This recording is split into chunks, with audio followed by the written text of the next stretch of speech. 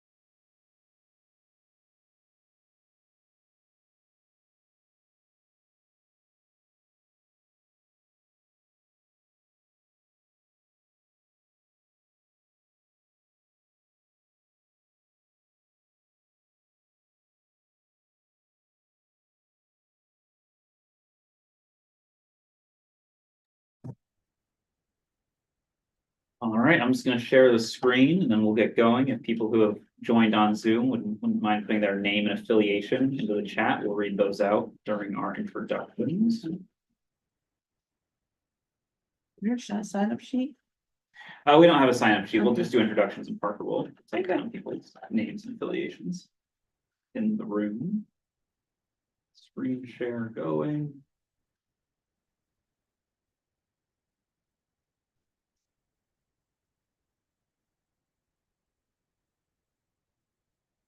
All right, folks online see the Zoom share.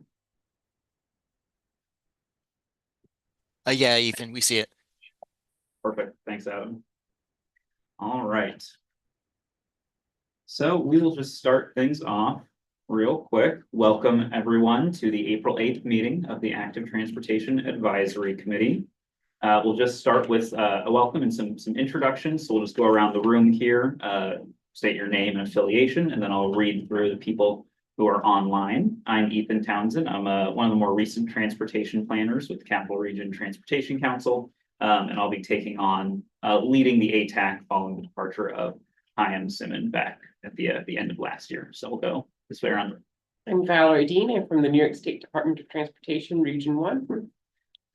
Scott Miller, Certificate Plan, Countywide Trail Committee. Linda Vonderheader, Rensselaer County Planning. Ed Brennan, Albany Bicycle Coalition and New York Bicycle Coalition. Teresa LaSalle, Transportation Council. Parker Morris, Transportation Council. And then joining us online, we have Charles Weld with the Albany County Department of Health, Adam McCarville with the Capital Region Transportation Council, James Rath with Capital Streets, and Stevens iPhone. Looks like that is everyone that we have got here today. So just some quick meeting guidelines for those folks online. If you can mute your microphone unless you are speaking, you can turn your camera on or off. I'll be the only one seeing it right now, at least. You can use Zoom's chat function if you have anything to say, or raise your hand and we can pause so you can speak. This meeting is also being streamed to YouTube, which is where a recording of it can be found later. Quick in-person housekeeping. Our first floor bathrooms are currently under construction, but the second and third floor bathrooms are both available if anyone needs to use the facilities. Looks like a couple more people are joining us online. As you do, if you could just drop your name and affiliation in the chat, that would be great. So now we will get to our agenda for today. So first we had our welcome introductions, which we just got done. Great job, everyone. Then we'll go into some discussion items. These are just kind of some topics that the Transportation Council has been working on that are relevant to the ATAC. That includes our 2024 Trail Count Program Report, an update on the 2025 to 2030 TIP, our Long Range Plan in Motion 2050, our new Unified Planning Work Program for this current fiscal year. CDPHP cycle season summary is on the agenda. We weren't able to get in contact with anyone from CDPHP to discuss that, so we don't have an update on that today. Regional trail planning update, which is where we'll ask for if any members have any updates on their regional trail planning initiatives.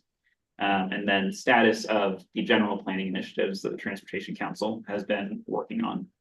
Then we'll go into a more focused discussion about some potential active transportation planning tasks for the ATAC to work on. We'd really like to get our advisory committees more hands-on involved with some of the products we're developing here at the Transportation Council. So we'll just go into a couple of the options for the ATAC. And then we have a couple other news and update items, and then we'll end it with when our next meetings for the ATAC will be. So to dive right into our discussion items. Our 2024 Trail Count Program report was just released a couple of days ago. It highlights all the trail counts that we did in 2024. We did 9 counts, 4 of which were in Albany County, 1 of which was in Schenectady, and 3 of which were in Saratoga County. Those 9 sites were each counted for 2 to 3 weeks. And we're then able to extrapolate that data to have estimated average weekday, average weekend, monthly average, and estimated annual visits. The most active, the busiest trail that we counted during 2024 was the Albany County Helderberg Hudson Rail Trail, followed by a couple of the trails up in Saratoga County, which were pretty busy. Our lowest use trails were the Alco Heritage Trail in Schenectady, and then some portions of the Albany Shaker Trail near the Albany County Airport.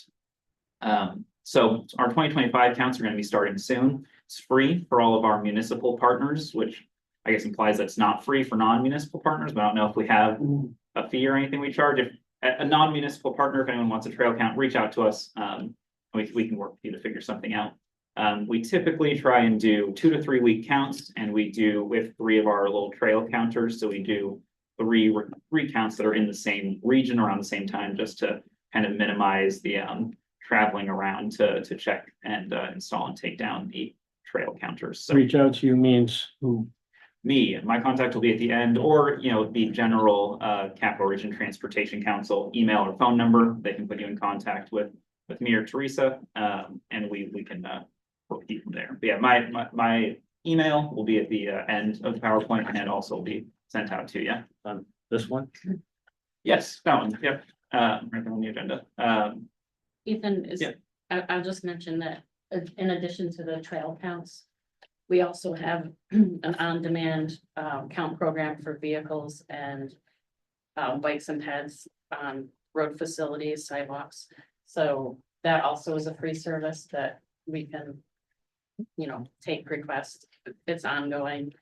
Basically, we have it through this fiscal year or until the money runs out. So we've had a lot of luck with that. That's helped supplement some of our linkage studies and a lot of our kind of before and after complete street studies, and also some speed studies, some of the counts that we've done for the SS4A grant. So if you're looking at stuff outside of trails, we do have that program. So. Great, thanks, Teresa. So does anyone have any questions, comments about our trail count program report? I gotta say, the Greenway also has recently put out the numbers for the Albany Hudson Electric Trail, so if you want to get that information too. Oh, I awesome. think it should be on the website. Yeah, we're discussing with them, trying to see if there's a way we can incorporate their data into our report, but the timing didn't quite work out this year. I think Yeah. next year, yeah, we'd like to work with Yeah, they've got I think they got 2 years data. Hopefully next year, I think they were hoping the 3rd year, nice. we'll have really good data on the trail. Yeah, and that's kind of our goal as well, is to, maybe count some of these sites a couple times over the coming years. And that way we can see how, if the trail usage is growing, if it's staying still, hopefully it's not declining, but just kind of get a sense of what trails are the busiest and, hopefully keep up with growing demand for our trails. So now, next item is our 2025 to 2030 TIP. The TIP, for those who don't know, is the Transportation Improvement Program. It's one of our core documents here at the Transportation Council, and it is how the federal funds for transportation projects actually get evaluated and distributed. So with our current TIP update, we are currently in the draft stage of the document. It's been released for public review. And so at this point, there are 6 projects that are specifically focused on active transportation, which have been selected. 3 of them are bike and pedestrian only projects. So those are projects that are exclusively like installing sidewalks, installing trails, not touching anything that interacts with cars. So those 3 that were selected were the Village of Colonies Sand Creek Road improvements, the Town of East Greenbush's Gilligan Road side path and multimodal enhancements, and the Town of Guilderland's Western Tavasenta bike path. There were 2 out of 4 complete streets projects that were selected. Our complete streets projects are any project that both touches the on-street, on-road facility and also provides some sort of, bike or pedestrian enhancements or upgrades. So those include the City of Cohoes Saratoga Street Enhancement Project and the City of Albany's Washington Ave Complete Streets Project. There was 1 regional set aside from DOT that was focused on really more active transportation, and that was for implementation of the New York State Pedestrian Safety Action Plan. This set aside will let DOT, draw down these funds whenever they see a strategic opportunity to implement, some of the upgrades identified in their safety action plan. So in total, there's about $28.3 million of funding in this TIP specifically dedicated to these active transportation projects. This TIP was more fiscally constrained than some of our prior ones due to projects that were not completed on the prior TIP, which is why only 3 out of 10 and 2 out of 4 of the bike ped and complete streets projects were selected. But there are other projects that incorporate some active transportation features not on this list, or like a small piece, bridge projects, for example, that implemented sidewalks or trails got a higher score and thus were more likely to be funded. But since it's more of a bridge project, they were included on this list because it's not the focus wasn't that active transportation feature. So the draft TIP document is currently out for public review. It can be found on our website. There should be a pretty high level banner for it, or there's the TIP webpage on our website where comments can be left through our online short form survey. That public comment period is going to end just here in a week or 2, sometime mid-April, at which point it will then be kind of finalized and brought to our planning committee and then policy board for their approval. There's also an online map of the projects available on our website where you can see both the new projects and the existing projects that will be rolling in. So if there's any project you specifically wanted to see funded, you can go check there to see if it was selected, or if you just want to see what's going in your area, you can look at the map and see what's going on there. So that is all we have for the TIP. Our next little section, it's gonna be longer than the previous ones, is about our long range plan update that has been ongoing. The new long range plan is called In Motion, the Plan to 2050. And for those who don't know, the long range transportation plan is another one of our core documents here at the Transportation Council. It's a blueprint for regional transportation that reflects ideally a shared vision for the future and creates policy about how we at the Transportation Council will actually invest in the growth in the region. The plan is a 25-year plan, but it's updated over 5 years. So we're looking into the future, but we're trying, that regular update allows us to be flexible and adapt to the region's needs and kind of not get out of touch with what's actually developing on the ground. Like I mentioned, it guides how we invest transportation funds to achieve that vision that's identified in the plan. And along with the actual guiding the investment money, most of our TIP scoring comes from features identified in the long range plan. The long range plan also allows us to strategically invest our time with how we are how we're developing transportation plans, programs, and the various projects we work on here at the Transportation Council. The process for our update this time is a 5-phase process. We're expecting the plan to be finished and adopted in September of 2025. It's being led by the In Motion Task Force, who has been meeting, different intervals throughout the process. Now that we're getting close to the adoption of the project, they're meeting about every month to review all the regular updates that we are making to the plan. But every step of the plan has had opportunity for public input. We've been doing lots of surveys, we've distributed flyers throughout the region. Just this last weekend, we were tabling at the Saratoga Sustainability Fair to get feedback on the long-range plan. So we're trying to get as much involvement from the public as we can, because, you know, it's a region-wide guidance document, so we want feedback from people, as many people across the region as possible. Recently, we have been having to put in a fairly significant amount of work to revise some of the materials in light of recent executive orders with the federal administration change. You know, there are some topics that we have been guided to de-emphasize, and so that's been taking up a significant amount of the time on the plan lately. But if you want to go directly to the plan's website, you can go to inmotionplan.org, see the latest of what's going on there. Again, that can also be found just on our regular website. A link will take you right to the plan webpage. So we'll go through a couple of different portions of the plan so far, to, you know, share with you what we have going on, and also see if anyone has any feedback. Like I said, with our current timeline, adoption is only a couple months away, so it's kind of getting towards the end of when we're able to change things in the document. So if anyone has any comments, please share them with us. So our draft vision statement for the document is, by 2025, we will strive to maintain a clean and efficient transportation system that provides safe, resilient, and reliable options for the movement of all people and goods. The capital region will thrive with a seamless, multimodal network that is community-focused, connecting all people to economic opportunity while supporting sustainable growth and livable communities.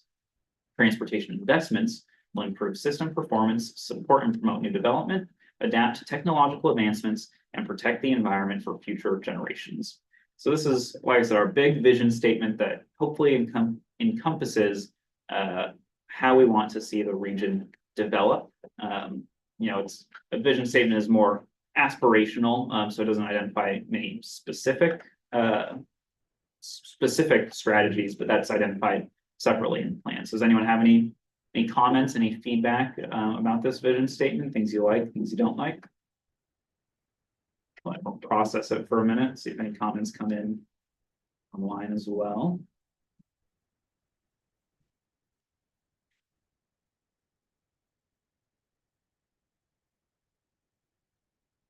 James online says it looks good. Thanks, James. No one else is saying anything, so I guess everyone agrees. We got it perfect. So it's about as good as you can hope for. So moving on, we identified some draft goals in the plan too. You know, the ideal sort of structure of a plan like this is have a large vision statement that's very aspirational. You then reduce that down into a small number of goals that are more specific to different sectors of how you want to accomplish that plan. And then you move into specific strategies that I'm not exactly. Moving to different strategies that would actually implement those goals. So to go through the goals real quick, goal number 1 is for safety and is to eliminate fatalities and serious injuries on capital region roadways and increase the security of the transportation system. Goal number 2 relates to mobility and is to ensure the transportation system is maintained, operated, and coordinated to support reliable travel throughout the region. Goal number 3 is for access, which the goal is to improve transportation choices and access to key destinations for people and goods. Goal number 4 pertains to livability, and the purpose is to make strategic investments in the transportation system to support economic development, population growth, and housing in areas with transportation options. Lastly, goal number 5 relates to resilience, which is to prepare for and protect transportation infrastructure from changing conditions and natural hazards, and responsibly adapt transportation infrastructure for the use of future generations. As you might guess, that's one that we've been having to tweak a little bit with everything that's going on. Yeah, Ed. Yeah, I'm not against it. I'm just trying to understand, under safety, where it says increase the security of the transportation system, how's security of the, I'm just having trouble understanding security of the transportation system in terms of safety. Yeah, I think that there are a couple ways you can look at that. You know, thankfully we live in a country, a place where it's not likely people are going to be actively targeting the transportation system, to, cause chaos or anything in our region. You do see those New York State, see something suspicious, support it stickers, but, that's not that much of a concern, personally, I think at least. But increasing the security of the transportation system, can also mean, the security of users for the transportation system. So whether that's, making it so that we don't have vehicles, flying down the road, and then, having roadway departures, which are a big problem in our region. That's not a very secure, safe transportation system, or security could also mean, providing, hardened, bike facilities, to make it so that the people who are using those facilities are more secure as they're using our transportation systems. That makes sense? Okay, yeah, thank you. Anyone else in person or online have any, comments on our goals, any questions about the purpose of any of them? All right. Seeing none, we will then move on to some of our draft strategies. So like I said, after goals, you want to identify specific strategies on how you implement the goals and the vision. We have, I think, 20, 30-ish total strategies, and we'll go into some of the more specific active transportation strategies and actions in just a moment.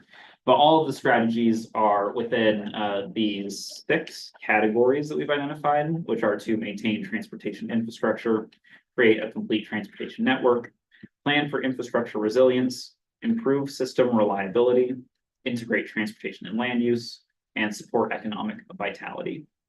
So now we'll go into a couple of those specific active transportation actions that have been identified as goals for, it'd be great if we could do all of these tomorrow, but this is a long range plan. We're looking out to 2050. So these are things that will be implemented over a long time, hopefully closer to tomorrow than to 2050.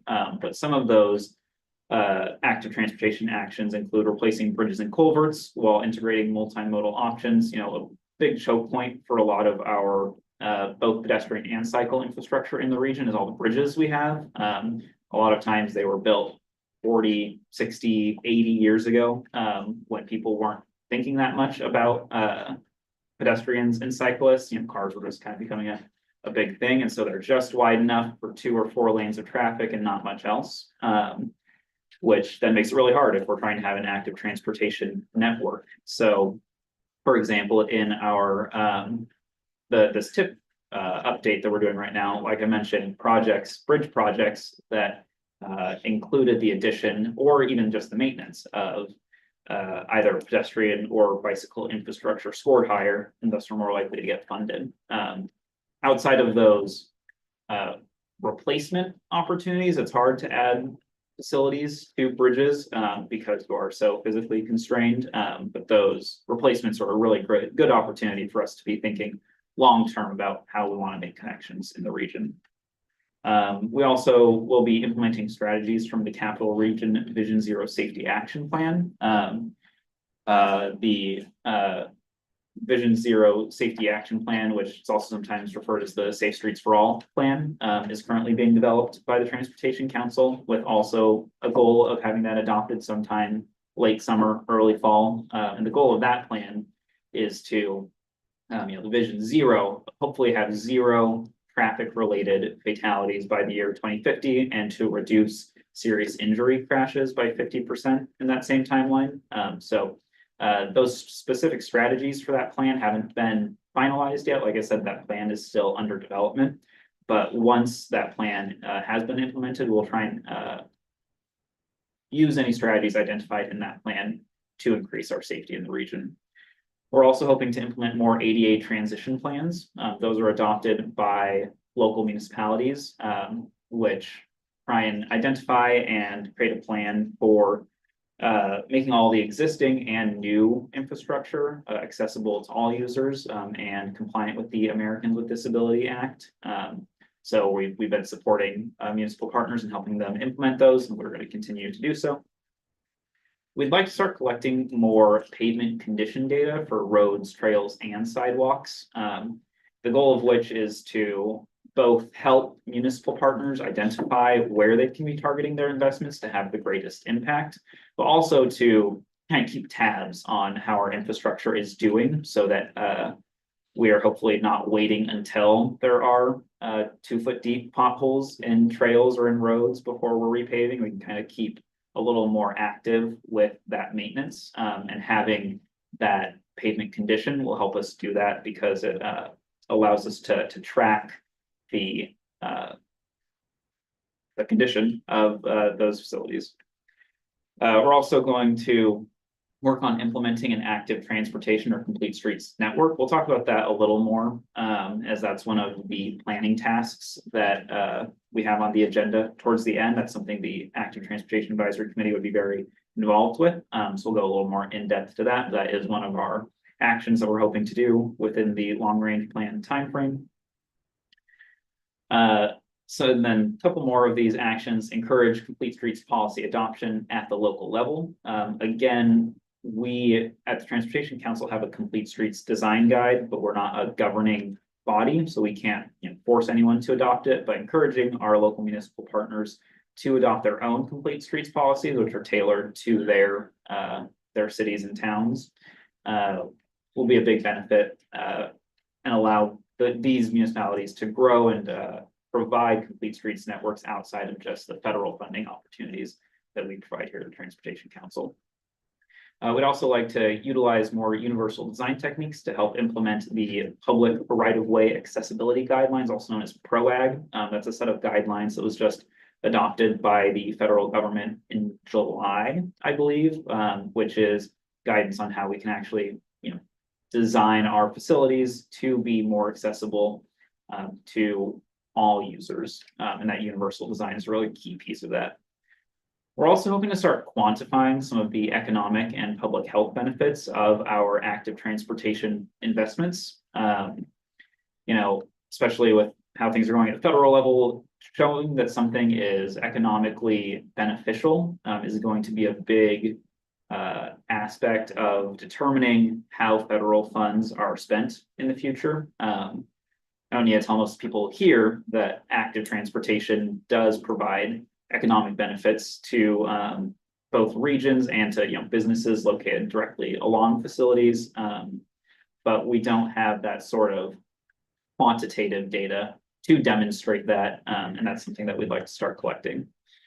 We'd also like to help implement walkable communities and compact developments within the region, similar to the complete streets policies. That's not something we can mandate, but it is something that we can support and promote with our municipal partners. So continuing to develop those relationships and provide review and guidance when we are asked to by those municipal partners. And then we're starting to look more at first and last mile transportation. That's especially a big topic when it comes to transit use, because your bus line will go from point A to point B, but the odds of your starting and arrival destination at being exactly at point A and point B are very unlikely. And so people still need to walk or bike or if they're using rideshare drive. But to get from those fixed transit routes to their facilities, and we're looking more into micro-mobility options through e-scooters, e-bikes. Those CDPHP cycle bikes are a great example of first and last mile transportation opportunities. Or we're starting to just look more into how we can implement that region-wide. So those are our specific actions. If anyone has any comments about them, we'd love to hear about them. Charles Welch from Albany County put a note in the chat. He said that Albany County Department of Health has no cost complete streets lending library, including supplies and equipment for pop-up demonstrations. That is great to know, Charles. I did not know that. So yeah, if anyone has any comments about these, we'd love to hear them. If you also want to, I'll send all these slides around later, so if people want to review them and then send us comments back as part of our public outreach, we're happy to take your comments whenever. I have a question. Yeah. In the neighborhood I live, there have been no new roads built in the last 7 years since I've been there. there've been subdivisions built. Mhm. And they all dump onto the existing road network. Mhm. I don't think you have to be a really good traffic engineer to realize that that's really a bad plan. Mhm. And, but I don't see anyone promoting alternatives. Is Yeah. that part of what you guys should be doing? Or- Yeah, so we do try and promote alternatives to, these really car dependent, developments. It's tricky. Well, not just car, I mean, just within cars. Mhm. You know, If You're you talking about have the a connectivity or subdivision that, lack of it. you know, in a block. And it's got all these little curly cues and cul-de-sacs. Mhm. That provides only transportation for people in that subdivision. Yeah. And those people all dump onto the existing public network. But you want connectivity. Right, So, you know, that really comes down to planning boards. And because they're the ones that approve. I understand that that's how it is. I'm just wondering if, you know, if you're making recommendations and studying how things should be done. Mhm. Doesn't that fall probably within the purview of saying, stop making, you know, start making some more connectivity within neighborhoods so that, right, you know. Right, yeah, Most of the, I mean, we basically, certainly you don't get a promote- 2-lane road and, all of the subdivisions dump onto that. Mhm. And pretty soon it's congested. Yeah.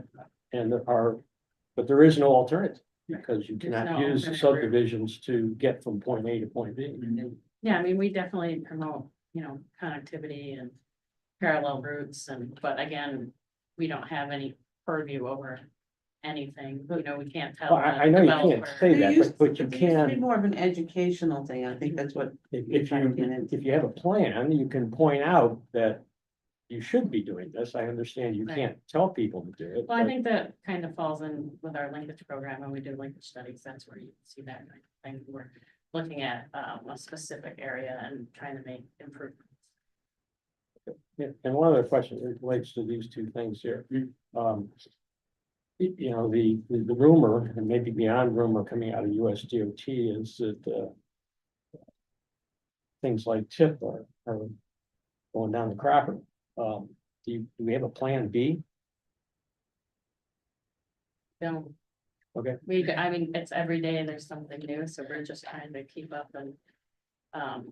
Honestly, even our partners at USDOT can't really. They're not really sure what's happening. Well, here, so. I get that nobody's sure what's happening. I'm just wondering, do we have contingency planning going on as part of your TIP 25-30? I mean, essentially all that funding is at risk. Well, like Ethan said, we had already developed this to a certain point when the executive order started coming out, so. We're trying to revise it as much as possible, so that's certainly something that, we can consider. We wouldn't have seen that as something we had to consider when we first started developing it, but now maybe. In the past, when the federal government has, I've been doing this for a bunch of years. It's like, what happens is things just slow down on the tip, so.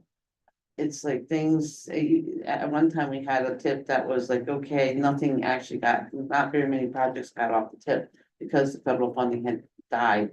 So it's like, just the project slowed down, but the tip is still there, right now, that's that, but Congress. Is its own animal, it's not the president, so therefore, sooner or later, their constituents are saying, okay, give us money and. I get Yeah. that. I get that process. I'm Yeah. just wondering if, there should be some acknowledgement that these things can be at risk and get pushed off, we're planning out to 2050 that we have I do know. guidance Yeah, that you might be giving us. Should we just be sitting on our hands and saying, well, don't submit anything, or? I do know in previous long range plans, we have done different scenarios. So, if something were to drastically impact funding, how could we deal with that? That's definitely something that's been addressed. It seems like, a risk. You think, okay, this is how our plan would change if overall funding dropped by 20%. Right. over the next We have 3 years. included stuff like that. Yes. It also has to be the tip itself has to be fiscally balanced, which is why there's almost no new Right, This throw is the first projects on year it. since I've been here almost 30 years, and this is the first year that I remember where we didn't have, over 100 projects submitted to review because people knew there just wasn't a lot of funding and there were so many projects that didn't get completed from the last cycle. But like 30 years ago, it was Right, like you we you had said the like, same. yeah, it's the second time It's the you've same seen thing we it, had like in the 90s where it was like it took forever for projects to actually leave the tip. right? Right. And it was like, oh, don't, it's like, we're only gonna take like 5 projects because that's all the money that was out there. So it's like, This is this is not the norm, for sure. well, and I think it's also a cycle. It's, the world exists on a side wave, so it's like, right now we're in the bottom. Or square wave. Yeah, and. No, well, that's a good point. we'll Okay, definitely that's fine. take those I comments just wanted to bring it down. up. I don't expect that you're gonna solve the problem right now. And I think a lot of what is a lot of flexibility in a lot of stuff. So, and I mean, what you see with the last tip is like, there's a lot of things that didn't come off because the money was short already then. Yep. And that was more the local money, I think, because you got the share. So the local shares weren't there before. Right, and one of the things that has definitely impacted projects on the tip in the last several years were all the price increases. Mhm. So, when you scope out a project, by the time when you scope it out and you estimate how much things are gonna cost, and then all the materials, the cost of all the materials go up, it's 3 years later, you're actually getting to the point where you're constructing the project, it's gonna cost much more money, and I think, ever since the pandemic and supply issues and all those things, we're still feeling the effect of that. Yeah, thanks, Teresa. Thanks, Scott. Nate online did have a comment about the connectivity that we were speaking about a moment ago. He said Bethlehem's comp plan calls for inter-neighborhood connectivity, and that zoning codes can codify this connectivity if desired by limiting block lengths and perimeter. So, yeah, anytime we're asked, we're always promoting connectivity, but it does come down to those local regulations about how things are actually connected. So to move on, oh, yeah, Ed. Yeah, I mean, something came up in the Vision Zero planning committee Oh. was, the dashboards that they were developing. Mhm. And what this organization can do, to provide like checklists to planning boards, that they can refer to, those kinds of dashboards that show like congestion or safety issues in a certain area to make sure that those things are addressed when projects come up, on planning boards. Yeah, I personally, I think, something that we haven't really started doing here yet, that I think would be beneficial would be to kind of see if we can work more directly with our municipal partners on specific project reviews. See if we can somehow, incorporate ourselves into their process and advisory role where, they say, we have this new project, we're gonna send it to the Transportation Council for their actual planning guidance comments, and kind of get more regularly involved that way, I think would be really helpful. And something that happened probably like 25 years ago, part of it was like the linkage forum and things like that. Is education. I know Ann Benware a long time ago, she would do presentations on CDRPC's training thing and Saratoga or whatever.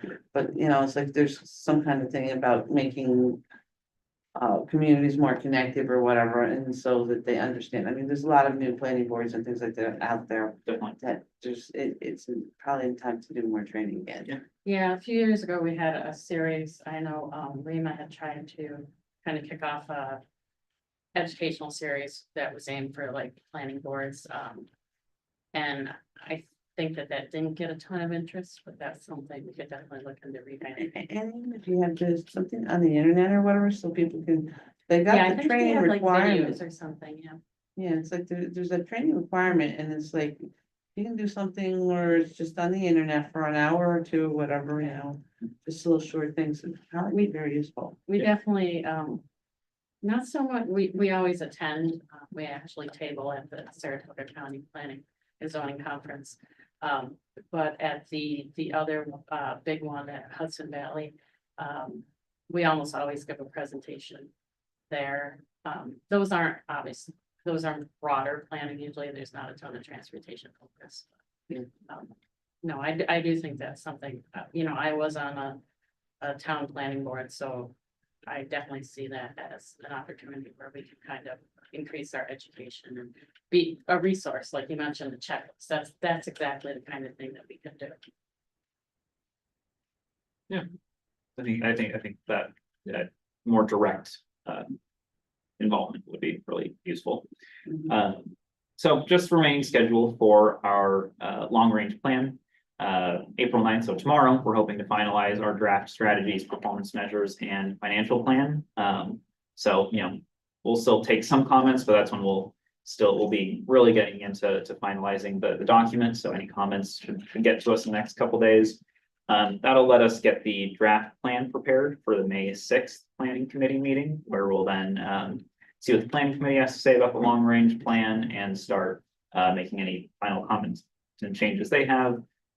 To bring to the policy board on June 5th to have a final draft, which will then be released for public review.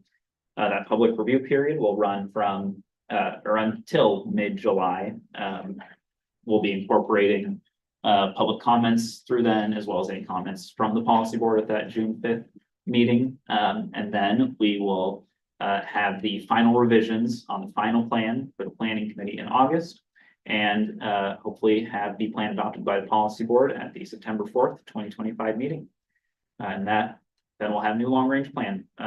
And you know, should be pretty good. We're doing a lot to doing a lot to try and integrate as much feedback and prepare for as many potential futures of the region as possible. So now moving on to our 2025-2026 UPWP. For those who don't know, the Unified Planning Work Program is another one of our core documents, along with the TIP and the MTP. This one describes the planning work that the Transportation Council does each year. Our fiscal year begins on April 1st, so this UPWP was just adopted, and now it's what we are operating under. I pulled out a couple of the active transportation specifically related topics that we will be working on this next year. That includes continuing many of our main initiatives, including transportation data collection and analysis. So that covers the trail count report program that we discussed earlier, and that will be getting off the ground again soon. Includes our safety planning, again, that Vision Zero safety action plan that's under development, our complete streets planning work, and our active transportation planning work, which, you know, encapsulates this advisory committee that everyone is here today for.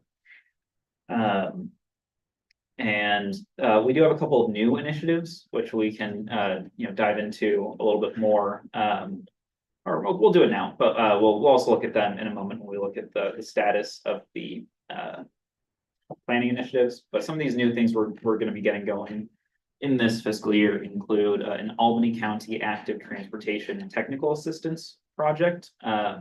So this is focused on two areas that Albany County wants to try and create some more connections to. So that includes Russell Road, just south of the City of Albany line, the section that is maintained by Albany County. It's a pretty narrow stretch of road that doesn't really have any bicycle or pedestrian facilities on it. So they want to look at how we can implement some of those facilities in that region. You know, it crosses the Crumbkill right there, so it's a little constrained in some spots.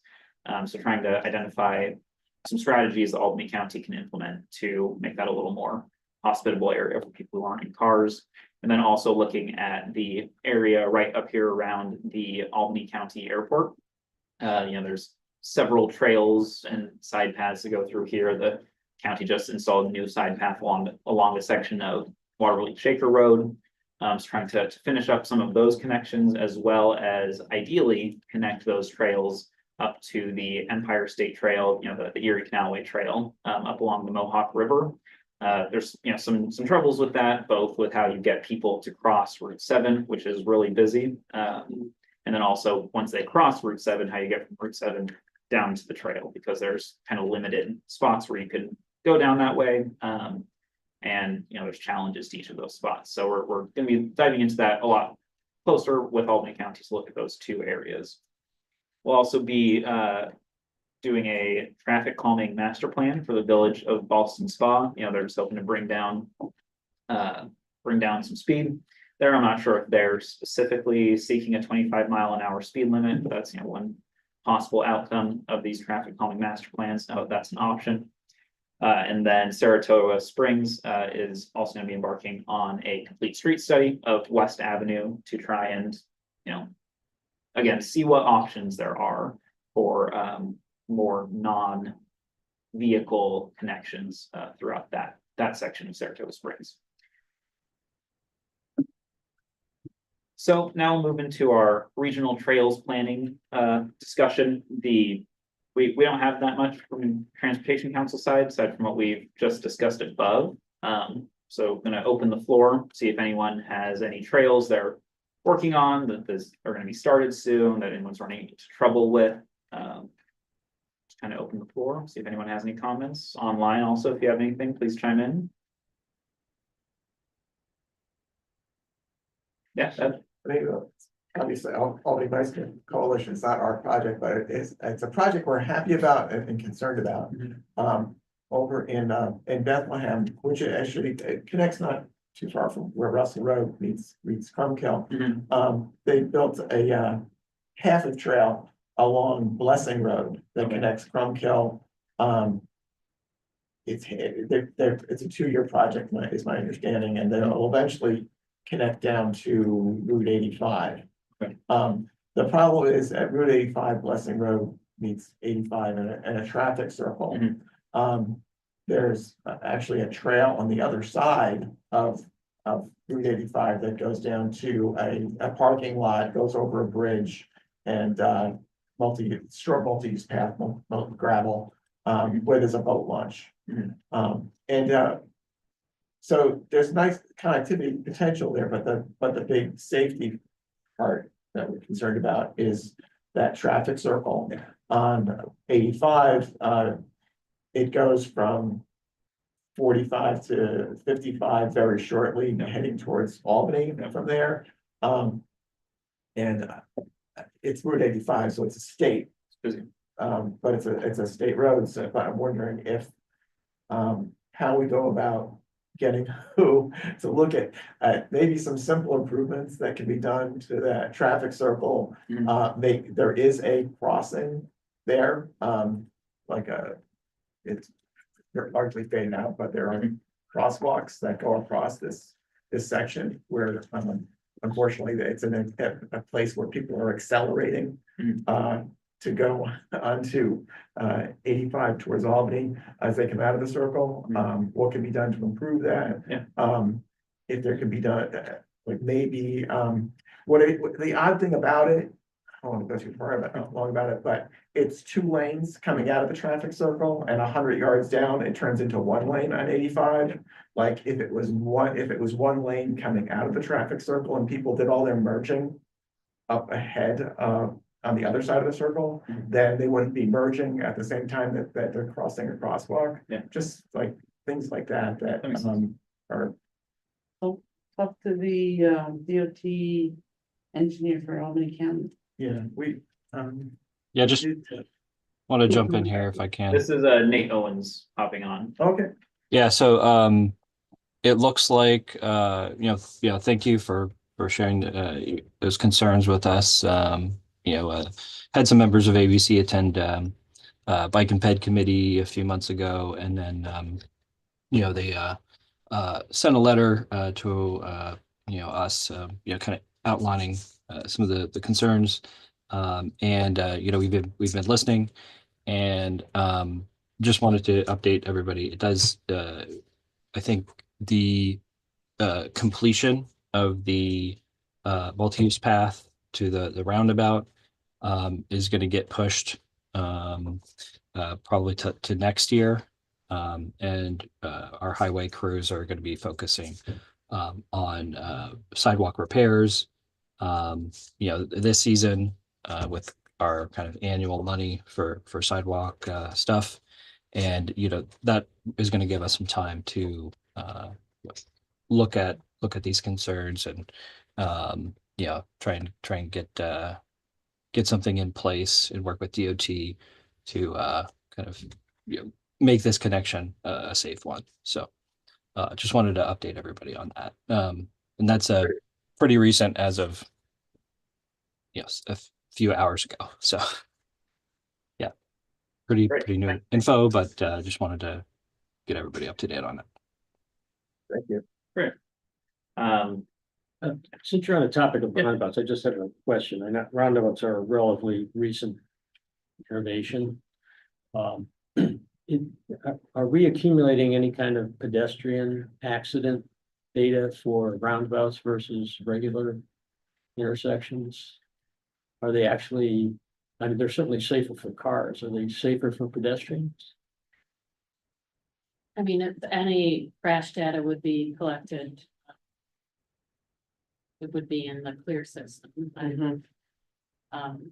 So yes, those are being collected, but I don't know if any specific studies have been done comparing. I know that, a lot of pedestrians and bicyclists feel that they are unsafe. I'm terrified. I always go counterclockwise because I know that drivers are only looking to the left. Right. So going clockwise on a pedestrian and traffic circle, I think is almost suicidal. That's another, sometimes they can tweak some things after the design. But that's another opportunity where like we can serve educating, both vehicles and bikes and peds on, how to navigate them. Sometimes you can't get around, some of them do have design flaws. And they've been able to tweak some of them, but I feel like that's definitely a topic of contention. Okay. I think So it can't- there's awareness that this is potentially a problem. I would also say that when you build a traffic circle, particularly like a 2-lane traffic circle where there's always higher speeds. It also, pedestrians and bicyclists will just avoid it like the plague. I mean, they just don't go there because they're just no-go zones for a lot of pedestrians and people on bicycles. So, But they're sold as a As being- they're sold as- pedestrian multi-use solution. they put markings there for pedestrians to cross. That doesn't mean like pedestrians feel safe crossing them. There are things that can be done. I mean, if you slow them down, 1-lane traffic circles, if you put them in tight where they slow the traffic down, it may not be that bad. I've also seen designs that like in Canada and Florida, of all places, where they stagger the exits. They stagger the crosswalk so that drivers have a chance when they're exiting the traffic circle to redirect their attention to the road in front of them so that they see pedestrians that are ready to cross. That's a big problem. Like you said, drivers are more concerned about getting hit from the behind or merging or whatever they have to do than to deal with a crosswalk like right at the end of a traffic circle. So I think there are things that can be done to make them safer, but yeah, 2-lane traffic circles, just a lot of people just bikes, pets, just don't go there. I mean, that's part of the reason why maybe you don't see as many deaths that people know that they will die there. The thing is though, you don't have, I think a lot of people get hit by the left hand turning thing, and you don't have that there, so I think it might be more, it feels unsafe more than it actually is. Right. Thank you. So that's my question, and whether or not we've started to accumulate actual data on the performance of these. But- And as with vehicle crashes, at roundabouts. Obviously, the speed is reduced, so Hopefully. the severity, hopefully nobody's just driving straight over the severity of the crashes are less. I mean, obviously, it's worse when a vehicle. I get it. I mean, these are all Like your pet, not the hypothetical sort of discussions. I was just wondering if there's any data. Yeah, I don't know of any data we have in our region. Traffic circles have been around in like Europe for a very long time, so I'd imagine there's been data collection over there to kind of analyze that. I just, not specifically aware, but There's one thing is that you're only dealing with usually one direction of traffic. And you got that island in there, so, and then like I said, there's no left turns. So those are the things that usually get killed, people get killed, I think, the most, or the left turns, because nobody sees it. As a member of, but not a chairman of there is a working group to facilitate the M path on your 2019 report, which connects the Empire State Trail in Scotia up to Sim Smith and Balsam Spa. We have all the municipal partners and both Schenectady County and Saratoga County on board, and the plan is to fund a feasibility study this year. Great. So anybody wants to donate money, and I'll send around a copy. Yeah, that sounds like that'd be a great connection. Online, TJ Kennedy asks, has there been any discussion from or with Rensselaer County on Riverfront Trail from Rensselaer to Troy? Supposedly, and I have not found any, I have not found any evidence yet, but supposedly there was money set aside for it. I have to ask the county executive because he does want the trail. And so that's why I didn't apply for anything this time around, because if it's already out there. But it is, we do have actually a little bit, John McDonald had gotten us a grant a few years ago for doing some engineering on it, so I have to find out, and if we do, we can actually start working on it. I've also been working together with the city of Rensselaer. There's somebody who wants to develop along between Livingston Avenue Bridge and the boat launch, which is then they're talking about putting the trail in there, so it's like we would have that part done, but I'll have to find out where in the world the funding is in the budget supposedly. There's funding somewhere. That's funding for the design or for the actual construction? We have funding for the design, that would be for the construction. Gotcha. And if we use the county funds versus federal funds, it'd be a lot cheaper, so hopefully it could go faster. I remember talking a long time ago with somebody at Rensselaer, the city, and they were saying they would do a project, but they had a lot of trouble with Amtrak and getting the agreements from Amtrak. As far as like fencing and all kinds of like things that they were asking for, was that ever resolved? Well, DOT's doing a lot of the work between the bridge and, the Dunn Memorial Bridge, so I think that would have been some of the issues there, because that goes across Right, Amtrak. that's really interesting. So I think DOT's got that handled. Soon, because I know they're gonna be building that as part of the Livingston Avenue Bridge. Awesome, yeah, thanks for that update. And then Nate in the chat just also says that the Cherry Ave extension multi-use path is under construction, so we're making some good progress in some of these much needed connections. So I think that's all. Oh, James Rath has a question for Linda. Yep. Maybe it's a comment. Let's see. He says, if there's any help needed to make this trail a reality, please reach out to me. I've had a few conversations with folks in the city of Rensselaer who are eager to make it happen. So Yep. Yeah, Capitol Streets, happy to help. That said, we'll move on to our last regular discussion item, which is just an update on the status of our planning initiatives as of just a week ago. So this first section is for our linkage program. We have several of these that have just wrapped up, which are not really in order here by date, but the Curry Road and Guilderland Ave multimodal study just completed, as did the Milton Town Center plan update. Both of those were a bit big pieces of those. We're looking at how to make some pedestrian and specifically cycle connections within the town of Rotterdam and the town of Milton. So both those studies are out there in the world. If you are interested, you can reach out to us and we can provide you a copy of the finalized report.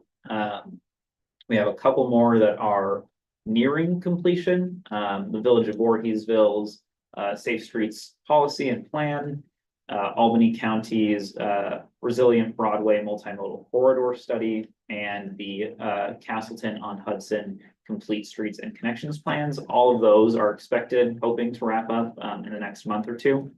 All of which incorporate making safer active connections for users in those regions. And then our other ongoing one is the Central Avenue West Corridor Study, which is ongoing. I think that draft recommendations have been designed. I think there's going to be a public meeting on this project soon. Parker, does that sound right? Wednesday. Wednesday?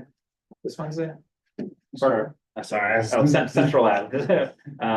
Yes, sir. It's this Wednesday. This Wednesday, 4 to 6 at the Midway Fire Station. Perfect, yep, and that's looking at this stretch of Central Ave that's between the Village of Colony at New Carner Road and the town line with Schenectady down at the west end. That one, you know, is a little behind the others, but hoping to get that one wrapped up June of this year.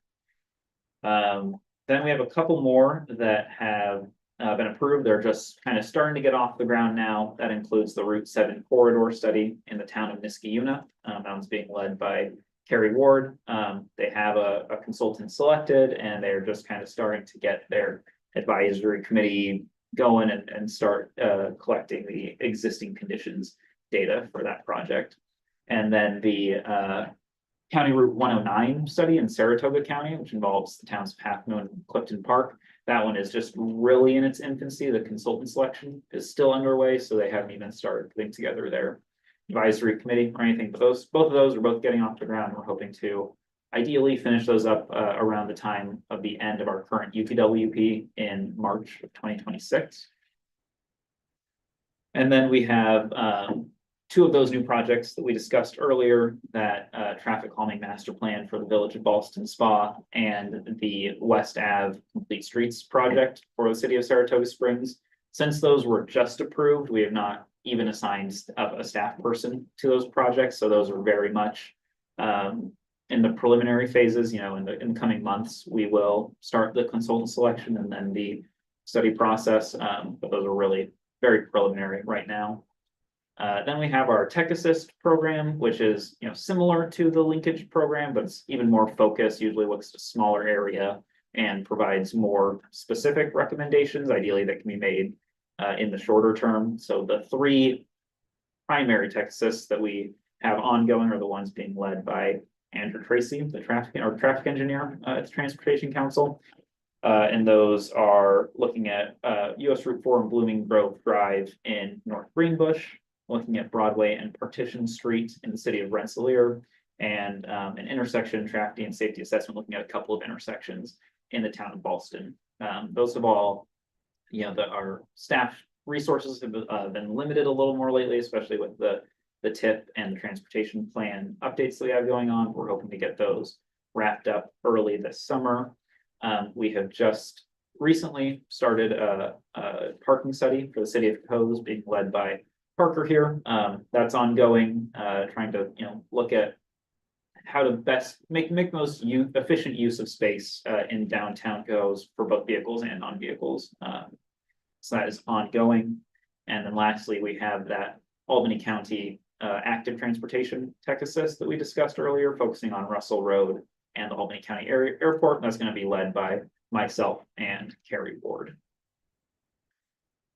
Then lastly, just, you know, quick updates about our other general planning initiatives that we have going on. We've been working on the MTP in Motion 2050 update, like we discussed above. We have been involved, although we are not leading, the New York 378 bridge Pell studies. That's the, you know, the bridge that connects Menands on the west side of the Hudson River to the city of Troy on the east side. That's a bridge that, you know, is also in much need of some sort of active transportation connection to help people get across there. That's ongoing. We're providing technical assistance to DOT as they've requested. We are also helping municipalities with ADA transition plan self-evaluations. So that's for municipalities that want to implement an ADA plan, trying to help them assess their actual physical infrastructure and develop a plan for improving its accessibility. Similar to the 378 Pell study, we're providing assistance where necessary to the Reimagine I-787 project that DOT is working on. You know, DOT has a pretty significant budget and a consultant that's been doing a lot of work, so our involvement in that has been limited, but we're providing input wherever we are able to help, you know, help guide that project. Also, as mentioned before, the Vision Zero Safety Action Plan that Kerry has been working on, hoping to wrap that up this summer. And then we'll hopefully have some more specific safety plans and strategies that we can implement region-wide, both at sites that have been identified as safety hazards, but also having some sort of systemic analysis that we can do to find areas that may become safety hazards if growth continues. And then finally, like the other Pell studies, the I-890 exit 4C Pell studies, that's I-890 in city of Schenectady, kind of in the GE area. They're doing a Pell study there to kind of reimagine how that area is going to look. And we have been providing assistance there as we have been able. If anyone wants any more detail about any of these projects, most of them I'm not involved directly in, but if you reach out to me after this meeting, I can connect you with whatever staff member is leading that project. And they can answer questions or help you get involved where that is possible. So now moving on to our not main discussion items. We'll go into our discussion about some active transportation planning tasks.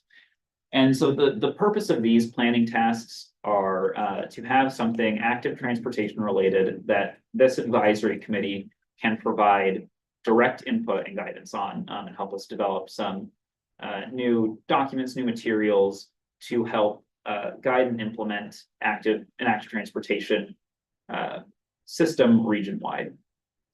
So these are all still pretty preliminary. This is kind of, a vibe check to see if people would be interested in doing these, seeing if there's anything we're missing in our very high level brainstorming. So any feedback anyone has would be much appreciated on these. First one is the development of a capital region trail census. So I've broken both of these down into the purpose of the activity, some specific activities for the ATAC to do, and then what that final deliverable product would be. So for the trail census, the purpose is to develop a robust resource providing trail data beyond counts and locations, including but not limited to user surveys, adjacent land uses, and quantify public health and economic benefits of the trails. And so that might sound similar to like the trail count program that we have going on, or our existing trail map. And it is similar, but the goal is to have an even more robust database that provides some of that, data collection and, geographic information, but also combines it with some more qualitative information, see how people are using the trails, see what their experiences on the trail, see if we can find, historic information on the trail, see why it was developed, when it was developed. Then, like we were discussing before, trying to quantify some of those economic benefits, because a big barrier to trails a lot of times is that lots of municipalities perceive them as an economic drain more than a benefit. It requires firstly the upfront cost to design and build the trail, but then also the ongoing maintenance issues. There's enforcement costs that come whenever you have a public space people are using. So if we can identify the actual economic benefits of these trails, that would be a huge benefit for us to promote trails and get new trails developed, because we can plan for all the trails that we want, but if we can't convince anyone to implement them, then what's the purpose? So that's the goal with this trail census. And the ATAC would be a really good resource for this trail census development, because this group is connected to people who use the trails the most frequently, because people understand the benefits of active transportation. So collecting trail information that is, can be hard to find just by Googling, if we're trying to find background information about like when a trail was developed, or if there, were alternatives considered when that trail was developed, that, might be hard to find on a high surface level, but trail users or people who are involved in the development of those trails can have and provide, is really valuable information that's hard to collect. Like mentioned in the purpose, it'd be great if we could do user surveys as a part of this trail census, see what people's thoughts, experiences, how much they self-report to use the trails would be, and then if the purpose of this trail census would be to be kind of a living database. So if we're doing the same surveys over 5, 10, 20 years, we can ask those same survey questions and see, you know, if people are using the trail more, if it's getting better as improvements are made, or if people priorities change about what they would like to see the trail connect to. That would help us, you know, help guide the growth in a way that benefits the users specifically, because we are collecting that information on an ongoing basis. Yeah, One thing, I don't, maybe worth discussing, I don't know if it should be useful or not, is that trail rules of conduct on trails, Yeah. like in Albany County Rail Trail, there's, you know, especially as like e-bikes, start using them more and people are riding them faster and dealing with pedestrians and things, and wearing headphones and all kinds of these, tensions that, you know, but is it wise to have like every trail have their own rules of conduct so that people don't know, like when they go from one trail to another trail, what are the rules over here and what are the rules over here? It would be useful to have something more generalized so that people have some expectation when they go from one trail to another, how they should behave. yeah, definitely. That would be great. You know, you don't even think about that as a trail user. A lot of times if you're like kind of more passive, trail user, yeah. I'm also thinking, there's like the Albany Hudson Electric Trail, there's a lot of ways you can get to the main street, which actually has the businesses on it. Signage and things like that on trails to help people do wayfinding. Yeah. I think that probably is a very helpful. It actually will create more economic type of thing going on. Yeah. Probably the same thing with the Zen Smith, things like that. Definitely, yeah. Even one of the next points on the activities that the ATAC would be really useful for would be to help connect us to, you know, trail adjacent businesses that benefit from that bike and pedestrian impact. You know, a great advocate for trails can be those businesses that really benefit, you know, whether that's, you know, like the best spot to stop and get lunch if you're out on a ride, or, you know, a business that provides like bike service if it's close to a trail. Connecting us with those users that, you know, we at the Transportation Council can't be on every trail all the time, but people regionally are using these trails and know what those spots are that benefit and promote bike and pedestrian traffic. So connecting us to those resources, those people would be a huge benefit of the ATAC on this. Can I just, I will say that, I know that in places in the country, this is a problem, but convincing politicians that people want these trails and they're economically valuable is not a problem in our area. The number one problem is they don't want to have to deal with right-of-way acquisition. Yep. It's too much money and they don't want to deal with neighbors who don't want to have it nearby. Yep. But in terms of the economic and the desire and the fact that constituents want it, they're no-brainers. Yeah. They're all on board.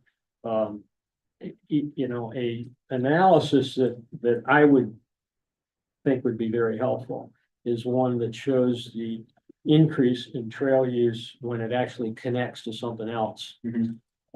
So when we have, for instance, in Saratoga, we have a lot of dead-end trails that don't connect to anything.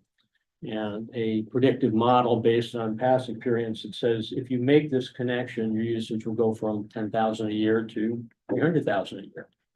That would be a helpful model to have, rather than actual, I mean, I don't.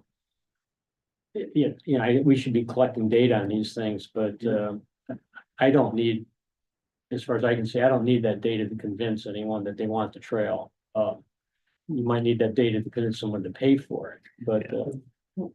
And on the other hand, also the neighbors, you're trying to get into, and this is with the Albany Electric Trail, it's like. People are like, oh, it's gonna reduce my property value if this goes in, and it's like in other places in the Hudson Valley, they're like, oh, no, it actually increases it. So if there's some kind of information on it showing how, okay, the houses were costing X amount and now they're costing Z amount, it's not even Y amount, it's Z amount. So it's like that kind of information sometimes might be very useful. Definitely, yeah, this trail census, as much information as we can get for these trails, Okay, so there's another thing that I've asked for before, and I'm sort of in the process of pulling that together, is that, it's really good to go in with a budgetary estimate to tell somebody we want to build this 3 mile trail and it's gonna cost you 3 million, 6 million, 10 million. So, you know, I've been going out and getting stuff, if I would like to get better information on the Helderberg Trail, so if you guys can direct me to that. Someone who could tell me what the costs were. Accumulate that, so we're sharing that in the county, but now it's easier to go to, you know. Municipal leader and say, look, we want to put this trail in, and they don't have any idea. Yeah. And say, well, okay, I can pave, you know, it should cost me $500,000, right? Because that's what paving costs, and you say, well, no. Yeah, well, we can definitely connect you with someone at the county who would have been involved in that. But that would be. That'd be great, yeah. That'd be could- something for you to share. if you- Exactly. You could Yeah, do that. there's a lot of fields in our trails database, that we have fields and kind of placeholders that we don't really have information for most of the trails in that. One of the things is like, ownership and yeah. maintenance and I construction, get it, because I that can get be 3 different agencies, you know? At the point to trying to get things like signage unified and having signage and having it be kind of uniform. And having kind of uniform rules and those kind of things. I mean, those were addressed in the 2019 Trails Plan, so we should definitely go back and kind of take a look at that and see if there's things that were in there that we can try to get at, more in a trail census.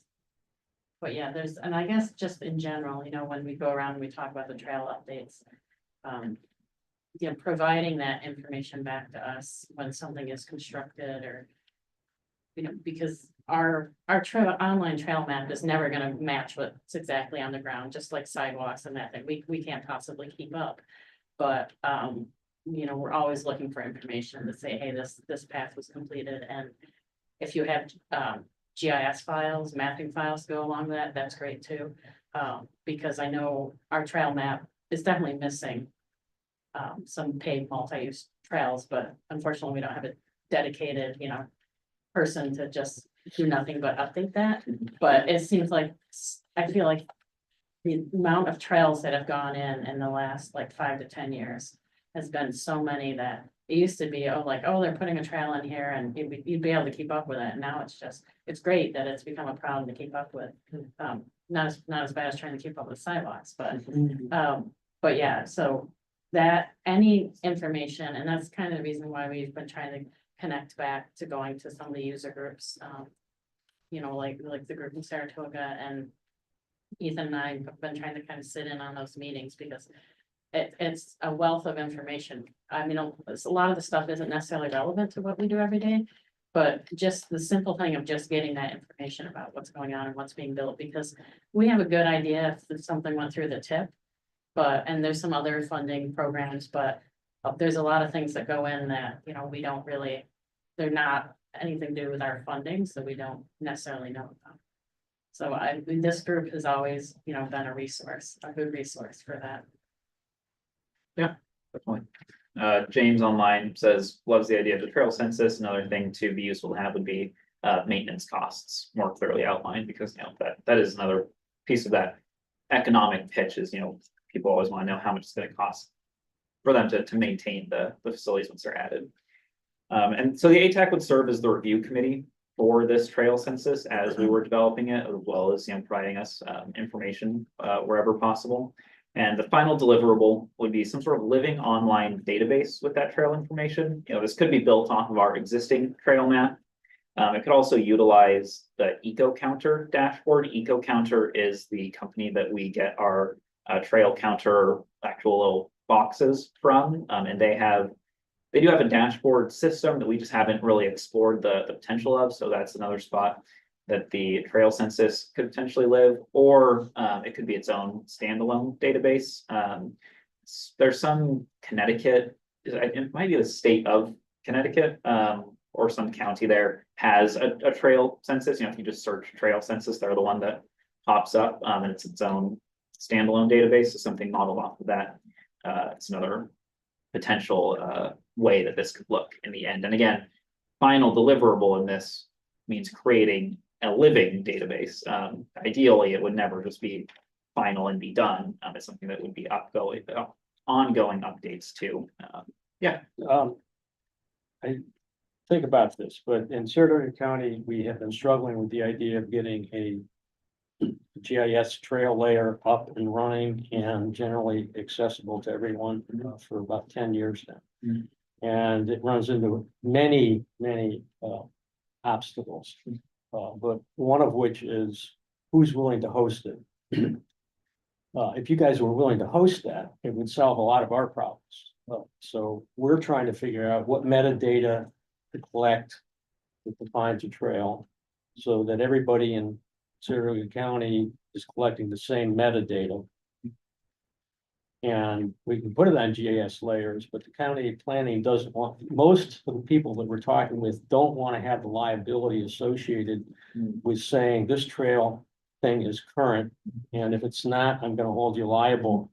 That's why we have a pop-up disclaimer as soon as you open the map. Well, that's fine, but it means you also have pop-up lawyers to say your disclaimer is adequate. So if you guys were willing to host such a thing, it would be, I'd like to invite somebody to a meeting, whatever that is, in the next month to maybe say, oh, this is the exit ramp that we've been looking for. Teresa Yeah, we'd is have to our talk main to- GIS person, so. We definitely would have to, talk to our executive director, but I can say that, right now, Saratoga County, outside of the Canal Way Trail, the Albany County Rail Trail, and a couple of Zinsmith, a couple others, but basically Saratoga County Trail Network is more robust than some of the others. So just, kind of at least using our trail map as a resource for all of the trails, again, multi-use paved, so we're not, it has to be related to transportation funding. We can't do things like stone dust and, dirt paths and stuff like that, so it's not gonna represent every single trail. But they could at least, that could at least be used as a resource. Even if we don't we would maintain that data anyway as part of what we're doing. But not, even if we couldn't provide it and maintain it as a separate layer, it would at least be there as a resource. And actually, a lot of that Saratoga County data came from Saratoga County, because they had or maybe it was Saratoga Plan that had an intern.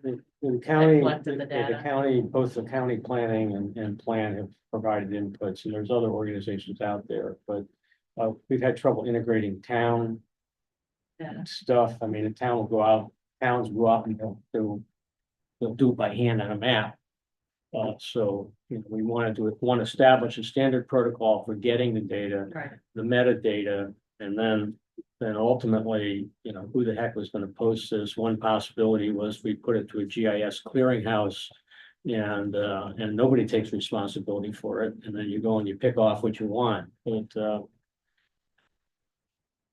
we've been stalling this for a while, and largely because of the hosting issue. So. Have you looked at the capital.nybikemap.com? No. Which is, that's one that we started with Albany City. And we've expanded it actually up into southern Saratoga County. So it's got at least the main trails in the 4 counties in Albany, Rensselaer, Saratoga, and Schenectady counties. And they're all, our trails though, they're geared to cycling. And they're all ridden by members. And we put, if you take a look at it, we put in notices there. We also have our disclaimer as soon as you go on. But we have notices where you're getting off a trail, where there are danger points, where there are things like infrastructure, things like bike shops, things of interest. Well, restaurants. there are certain, I'll take a look at it. There's certainly some models out there. I mean, Ulster County has they support an interactive, essentially GIS trail layer. So Yeah, you this can is pick the GIS kinds of also, trails yeah. you want. And I think ultimately to get to that, but now we're taking baby steps. If we just agree on what data ought to get collected, we think we'd be at least a little bit ahead. The posting ultimately is an issue. The county has basically said they don't want to do that, that, they maintain their own database for their own purposes. And de facto, some of it's available on their web-based GIS system, but they are basically saying, nah, we don't want to do that. Yeah, we'll connect with you outside of this meeting. All right. To talk about it further.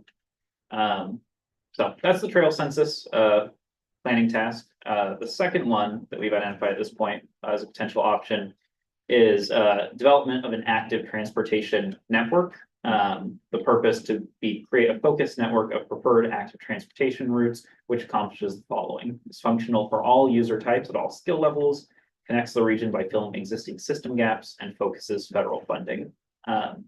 So for those of you who've been around for a bit, this might sound really similar to our older bike ped priority network, which predates me here at the Transportation Council.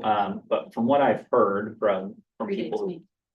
yeah, I've just been involved in updating it like 4 times. yeah. What I've heard is that it's like, it started, with this similar goal, but really kind of just kept expanding and expanding, getting bigger as people wanted more and more added to it, to the point where it almost became less helpful because everything was a priority.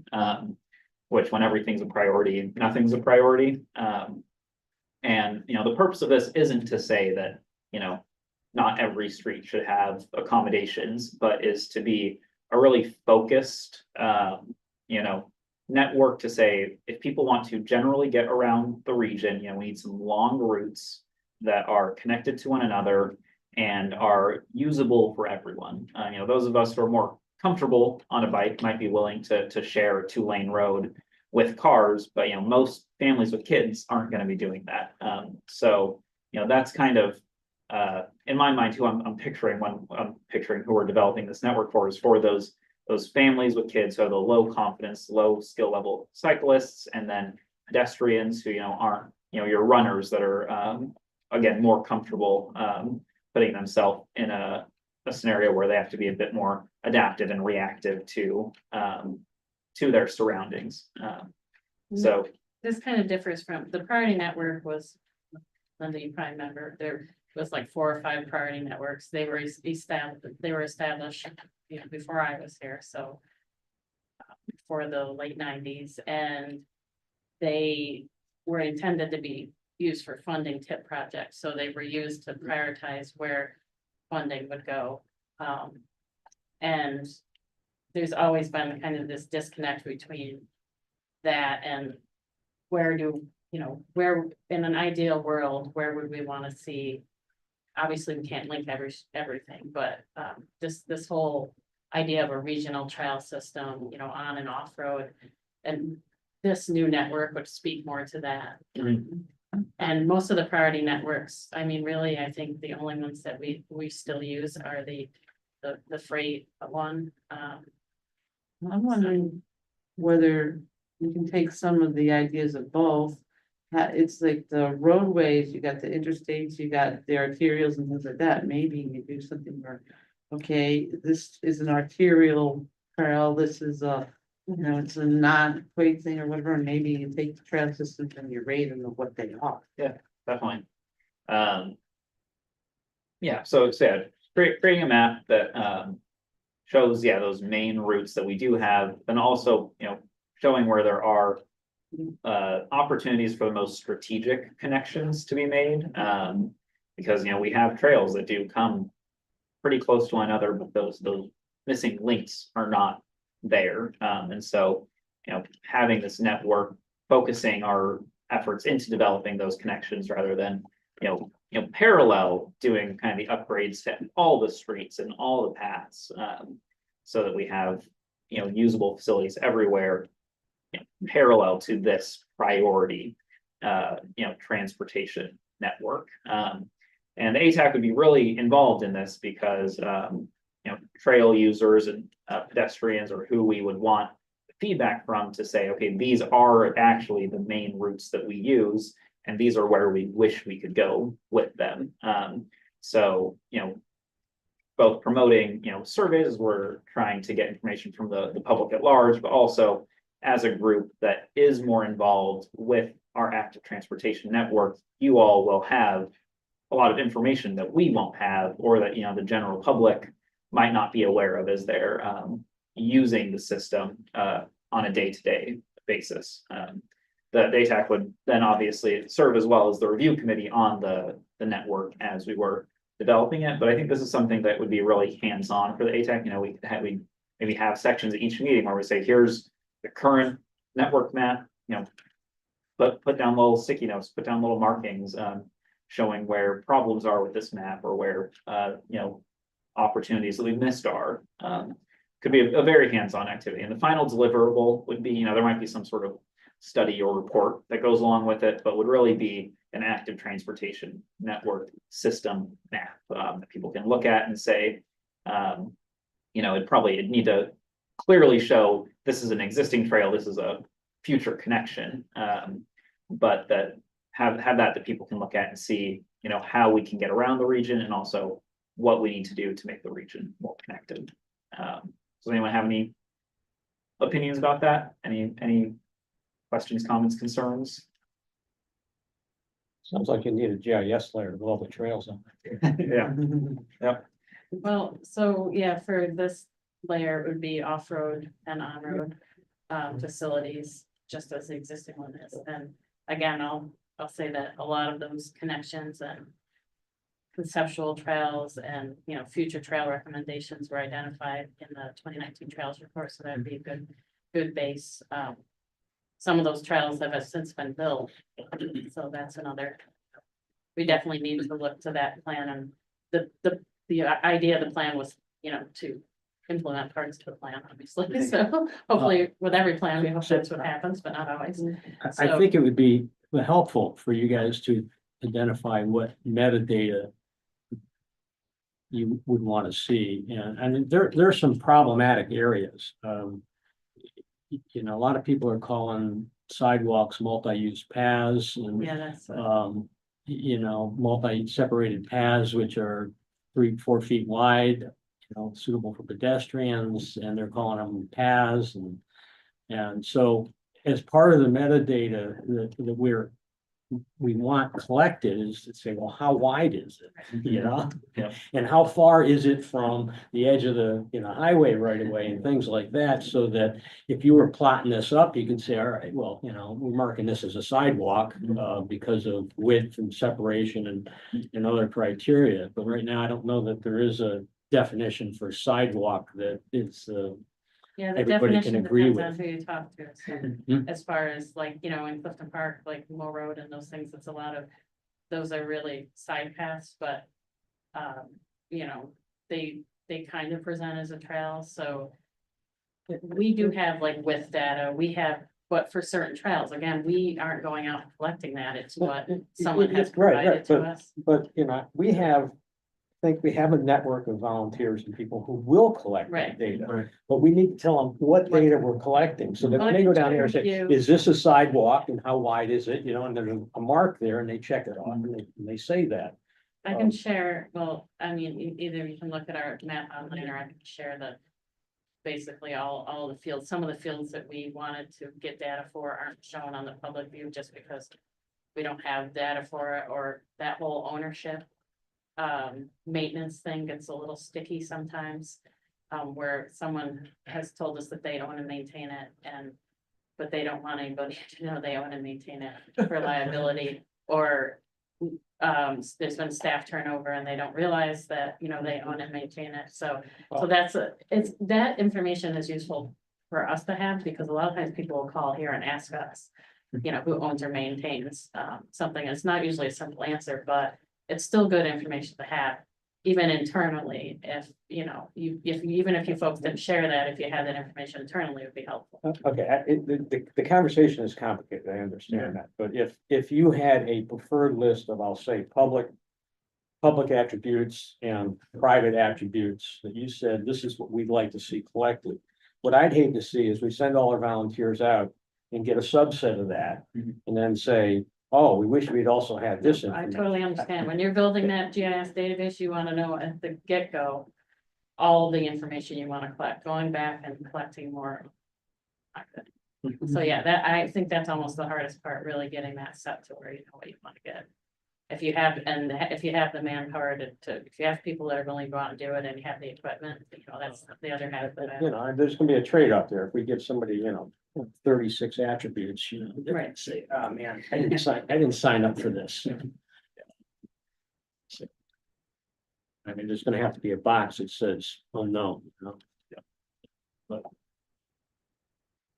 Great. James online says this sounds like another worthwhile idea and he's in favor of it as a recurring ATAC agenda item.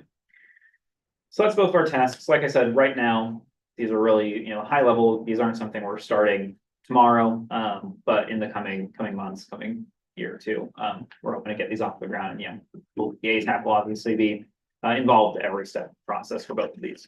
If you have any other kind of large active planning tasks that you'd like us to work on, please reach out to me, to us, and we can start working on that. We're always looking for more activities for the advisory committees to work on. These committees work best when it's not just us, spewing information to you, when we're having you work on planning tasks that benefit the region. So if there's anything that anyone has, please let us know. And that brings us to the last section of our meeting today, which is just our other news and updates that we have. First of which is about the Dunn Memorial Bridge bike ped route, and Valerie can give any information if I miss anything. But DOT is beginning to work on the closed, there used to be a ramp on the Dunn Memorial Bridge that took you over, and it's been closed for a while, and there's been, a little, barrier separated path that's like a couple feet wide and is not very comfortable to use from personal experience. But DOT is beginning work to make that more permanent and more comfortable connection. While the future of 787 and the Dunn is up in the air, we'll at least have this. The goal is to have a 6 foot 9 inch wide trail with a concrete buffer with a glare screen on top for a total height 42 inches. Work is expected to begin this spring. They have already begun, for all I know. It's been a little bit since I've heard this update. And they're hoping to have it concluded by the end of summer, but it might continue into fall if there's, unforeseen delays, which, is always possible.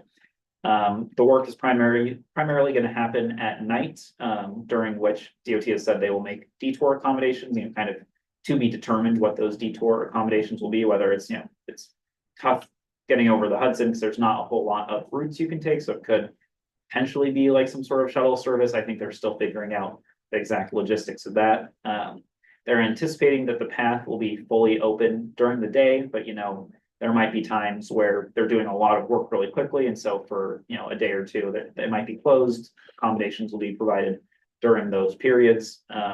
And DOT has said that they can coordinate if there's any sort of special events, if anyone's doing like a trail ride that needs to go over the Dunn, they can coordinate to make sure that it is clear and available for use. Just need to reach out to them to make sure that they know that event is happening. As a part of this route upgrade, the Key Street crossing is being upgraded with new lighting and new signage provided along the whole route. So the new lighting up the ramp as well.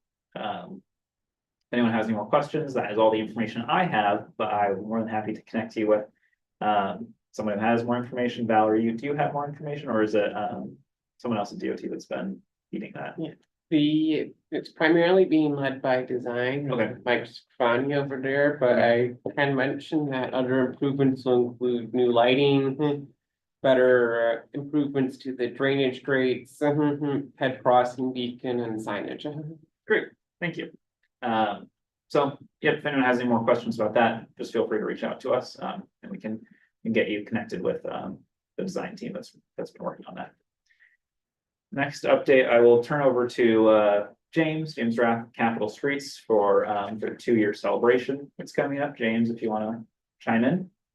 Yeah, thanks. Yeah, this Thursday at 6 p.m. at Love Hall, we're having a 2-year anniversary celebration. So there'll be kind of broken down to happy hour. There'll be a bunch of folks who care about active transportation there.